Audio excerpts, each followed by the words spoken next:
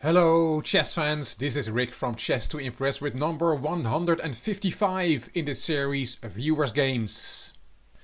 If you would like your game to be showcased on the Chess to Impress YouTube channel, please send it to me by email to classroomchess64@gmail.com.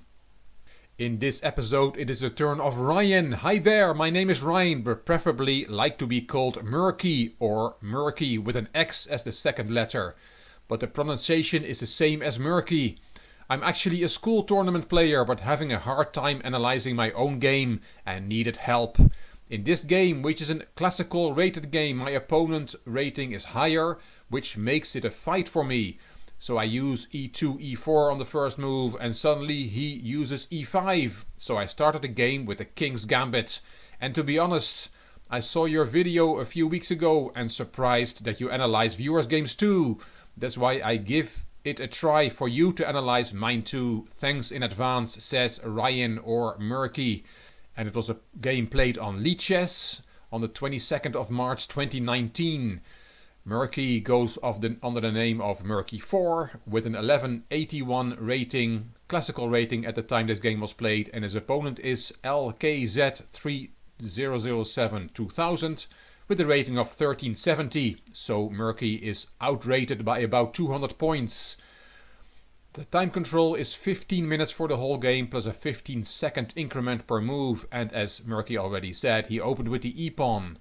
e5 and he played the King's Gambit as announced. Black took on f4, knight f3 and now queen e7, which is a very unusual third move. Yes, it is attacking the e4 pawn, but it is in the way of the bishop. It is not a very good move.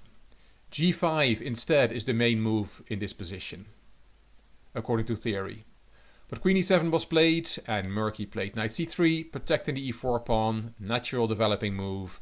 Knight c6 and d4, attacking the f4 pawn now. Knight f6 developing, counter-attacking the e4 pawn with two pieces. It's only protected by the knight. Murky takes on f4, and now knight takes e4, played after 3 seconds in a classical game, and it is a blunder. If you want to look for yourself, what is the refutation of knight takes e4, grabbing that pawn? Put the video on pause and have a look. Murky didn't find it, but the refutation is knight d5, attacking the queen and attacking c7 with two pieces. If you save the queen, there is knight takes c7 check anyway, because it's protected by the bishop, and we have a fork. King e7, knight takes a8, and white is winning in this position. He has an extra rook, he might lose the knight for it, but also black's king is on e7 in a bad position. So that after knight takes e4 and knight d5, the refutation. Ryan Murky did not see it. He took on e4, queen takes check, queen interposed, and the queens come off the board. Black is a pawn up, but white has some compensation as he is well ahead in development, and for the moment that pawn on c7 is hanging. A very logical move here on move 9 would be d6 to make sure the c7 pawn is not lost, and then white can either castle queenside or kingside and has compensation for the pawn. But in the game, black decided to save the c7 pawn by playing bishop d6, a developing move. That is true, but with bishop takes d6, c takes d6, black's pawn structure is now ruined. d5, good move from Ryan. Knight e5 and castling queenside. And black took 4 seconds to take on f3 on the 12th move. Not a good move. Black is swapping his only developed piece, a piece that was very nicely positioned on e5. Yes, when you're ahead of material, swapping pieces is usually a good thing, but not in this case. Black really has to bring his pieces into play. A move like b6 is a good move to put that bishop on b7. But knight takes f3 was played, Ryan recaptured and castling. Rook d4, and again b6 is a move that must be considered here to finish development, but black played a5 instead. Rook e1 and b5, black decides to keep his pieces on the back rank and let white prove how to make progress in this simplified position. Ryan doubles on the e-file, f5 kicking the rook, and the rook went to e8. A pair of rooks was swapped, king f7 and rook h8, attacking that h7 pawn. Black defends it with king g6 and now g4. Nice move. Ryan wants to bring his bishop to the h3 c8 diagonal to attack the weakness on d7. Nice move from Ryan. Played after only 6 seconds. Both players were playing very quickly despite this game being a classical game. Black took. Ryan recaptured. Now he has that bishop on that nice diagonal. And here bishop b7 has to be played. It was high time to give the pawn back to not get a worse position. And then we can have this variation. Rook takes, bishop takes. Ryan wins the pawn back. Bishop takes d5, bishop takes b5. And this position is about equal. But in the game after bishop takes g4, bishop b7 was not played. King g5 was the move from black.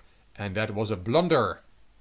Again, a tactical exercise for you. Put the video on pause and have a look if you can find a refutation of king g5 attacking the bishop on g4. It is very nice. You can take on d7, exclamation mark. Because if you take the bishop, then the rook is hanging on a8 and white has won an exchange.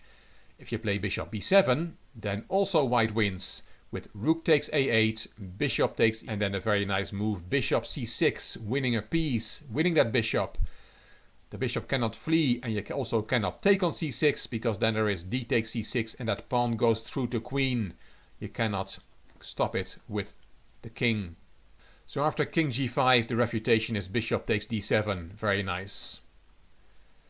But Murky did not see it. He played h3 instead. He just protected his bishop. Finally bishop b7. Rook takes h7, winning the pawn back. And now you have to play something like king g6. Then rook h5 and rook f8 with an equal position. White cannot yet take on d7, as then the rook will be hanging on h5. So in this position, a move like king g6 is fine for black. But black made another mistake. After 3 seconds of play, he took the pawn on d5 and that pawn is poisoned. Again, what is refutation? It is a lot easier this time, and Ryan found it. Rook h5 check is just a simple skewer picking up a piece. King f4, rook takes d5 and white is a full piece up. This game is over. King e3 and rook takes d6, taking another pawn. Black played rook f8 and Ryan takes on d7, takes just another pawn. Ryan is not seeing any ghost. There is no trouble for him on his back rank. It looks a bit dangerous, but it is not. Rook f1 check was played, but you can interpose either the rook or the bishop.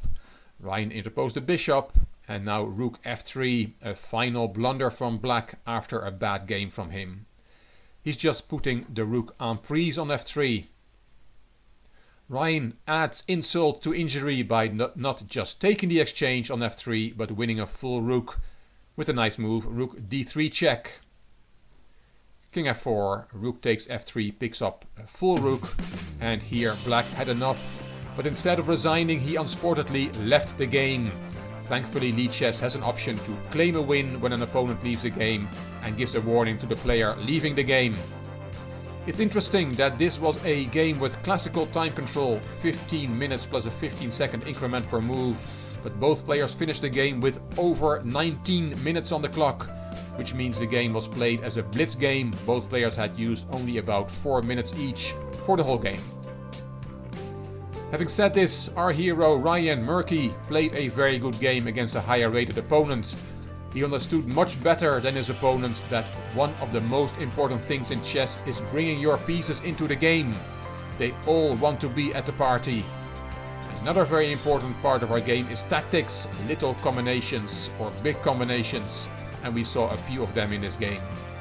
Black got away with a few tactical oversights, but kept giving Ryan Murky chances to win material, and in the end Ryan found the tactics and made short work of his opponent. Thanks Ryan, thanks Murky for sharing this game, and well played! I hope you enjoyed this video, and that if you did, you'll give it a thumbs up, that you'll subscribe to the Chess to Impress channel, and that you'll leave a comment. I will read them all and I will reply to them all. If you liked the video, it would be great if you could share it on social media by clicking the share button on YouTube. You can find me on Instagram, on Twitter and on Facebook. This is Rick for Chess to Impress. Thank you for watching.